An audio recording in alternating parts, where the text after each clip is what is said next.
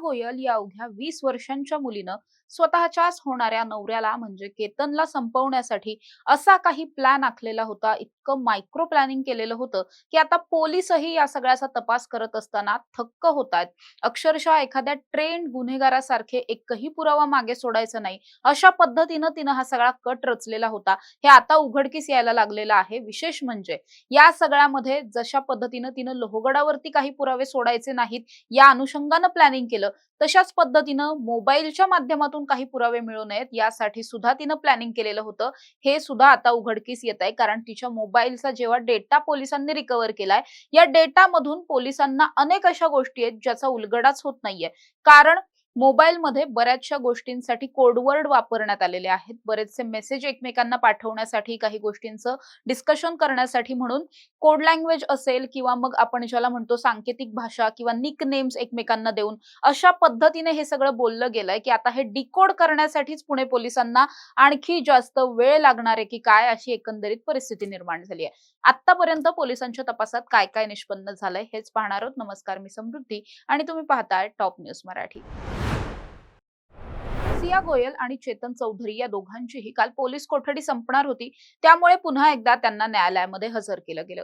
त्यानंतर दोन्ही बाजूंनी युक्तिवाद झाला. म्हणजे तपास अधिकारी असतील, त्यानंतर सरकारी पक्षाचे वकील आणि आरोपींचे वकील अशा दोन्ही बाजूंनी युक्तिवाद करण्यात आला. या युक्तिवादामध्ये सगळ्यात महत्त्वाचा कालच्या सुनावणीतला मुद्दा ठरला, ती म्हणजे सांकेतिक भाषा. सांकेतिक भाषा म्हणजे काय, तर सिया आणि चेतन यांचं चॅटिंग असेल किंवा सियाच्या मोबाईलमध्ये तिनं इतर काही लोकांशी केलेलं, तिच्या जवळच्या मैत्रिणी वगैरे असतील, मित्र असतील, अशांशी केलेले काही चॅट्स आढळलेले आहेत, ज्या चॅट मधून कदाचित पोलिसांना मोठे पुरावे मिळू सुद्धा शकतात. पण हे सगळे जे चॅटिंग केलेलं आहे, हे चॅटिंगसाठी त्यांनी कोड लँग्वेजचा वापर केलेला आहे, सांकेतिक भाषा वापरलेली आहे.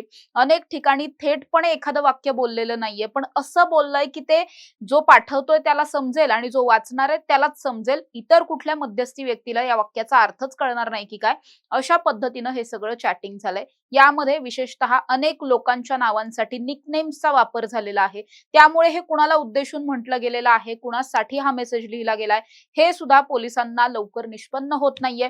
या व्यतिरिक्त बऱ्याचशा अशा सुद्धा गोष्टी आहेत ज्या लिहिलेले आहेत, पण त्या डिकोडच करता येत नाहीयेत. त्यामुळेच मुळात पोलिसांनी काल हाच मुद्दा कोर्टासमोर सुद्धा मांडला आणि यासाठीच आपल्याला आणखी जास्त तपास करायचा आहे. दोन्ही आरोपींना म्हणजेच सिया आणि चेतन या दोघांना सुद्धा समोरासमोर बसवून त्यांचे हे जे काही कोड लँग्वेज ठरलेले होते, या सगळ्याविषयी त्यांच्याकडून चौकशी करायची आहे, माहिती घ्यायची आहे, असं पोलिसांनी सांगितलेलं होतं. कारण आतापर्यंत जर आपण पाहिलं तर सिया आणि चेतन यांची जेव्हा जेव्हा पोलिसांनी वेगवेगळी स्वतंत्र चौकशी पोलीस करतात, त्यावेळेस हे दोघे सुद्धा वेगवेगळी उत्तरं देतात. त्यामुळे एकंदरीत काय की तपासाला गती मिळत नाहीये, तपासात जास्त लीड्स पोलिसांना आतापर्यंत मिळत नाहीयेत. राहिला विषय सांकेतिक भाषेचा, तर सांकेतिक भाषा यांनी केवळ चॅटिंग मध्येच वापरली होती का, तर तसं नाहीये. लोहगडावरती सुद्धा एकमेकांशी संवाद साधण्यासाठी यांनी शब्दांचा वापर न करता सांकेतिक भाषेचा वापर केला होता.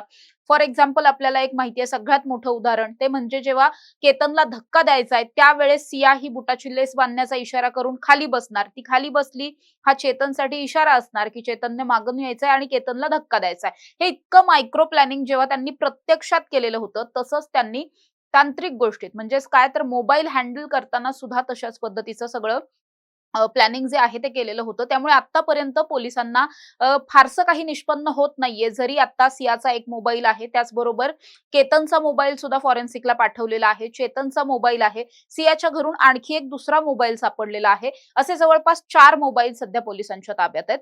या व्यतिरिक्त आणखी काही इलेक्ट्रॉनिक डिव्हाइसेस म्हणजे लॅपटॉप वगैरे असे सुद्धा डिव्हाइसेस आहेत. आता या सगळ्याचा जेव्हा पोलिसांकडून तपास केला जातोय, बराचसा डेटा सगळ्यात पहिलं तर डिलीट केलाय. डिलीट केलेला डेटा पोलिसांकडून रिकव्हर करण्याचा प्रयत्न केला जातोय. काही अंशी डेटा रिकव्हर झालेला सुद्धा आहे, पण जो डेटा रिकव्हर झालाय तो पोलिसांना डिकोडच करता येत नाहीये, असं एकंदरीत परिस्थिती निर्माण झाली आहे. त्यामुळेच पोलिसांनी जास्तीच्या पोलीस कोठडीची मागणी केली. मात्र अर्थातच जे आरोपींचे वकील आहे त्यांचं असं म्हणणं होतं की सांकेतिक भाषेचा तपास करायचा आहे म्हणून पोलीस कोठडी द्यावी. अशा गोष्टीवरती आतापर्यंत या सगळ्या गोष्टी मुळात कायद्याच्या चौकटीत सांकेतिक भाषा वगैरे हे सगळं बसत नाहीये. त्यामुळे सांकेतिक भाषेचा तपास तुम्ही तसाही करू शकता.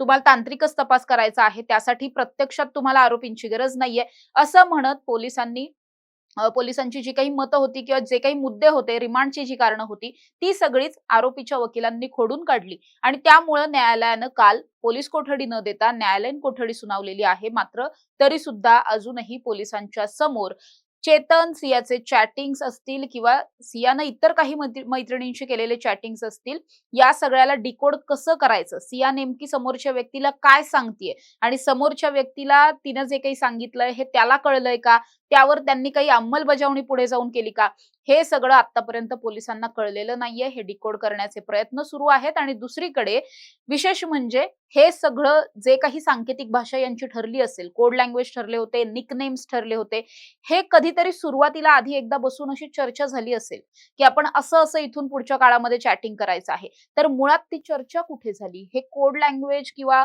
हे जे काही निकनेम्स ठरवलेत, कोड वर्ड ठरवलेत, हे नेमके कुणी ठरवलेले आहेत? हे चेतननी केलंय की सियानी केलंय? आणि या सगळ्यामध्ये हे दोघेच आहेत की आणखीन कुणी आहे? असे अनेक प्रश्न आहेत. अर्थातच आतापर्यंत चेतनचा एक मित्र या सगळ्यामध्ये, त्याला माहिती होतं हे आपल्याला माहिती आहे. सियाच्या मैत्रिणींना काही माहिती असण्याची सुद्धा शक्यता वर्तवली जाते, कारण अनेक मैत्रिणींशी केलेले चॅट समोर आलेले आहेत.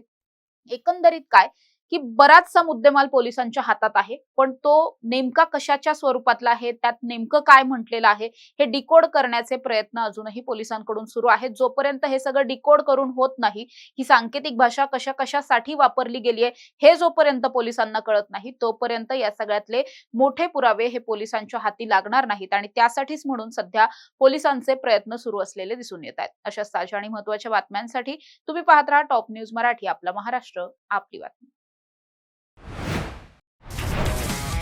तुमची car, electric panel, data server आगीपासून सुरक्षित आहे का? नाही? मग आजच बसवा F protect temperature activated fire suppression device. यामध्ये आहे eco friendly non toxic pressurised liquid, जे आग लागल्यास क्षणार्धात ऍक्टिव्हेट होऊन आगीवरती मिळवते नियंत्रण. बसवण्यास अतिशय सोपे आणि सुटसुटीत.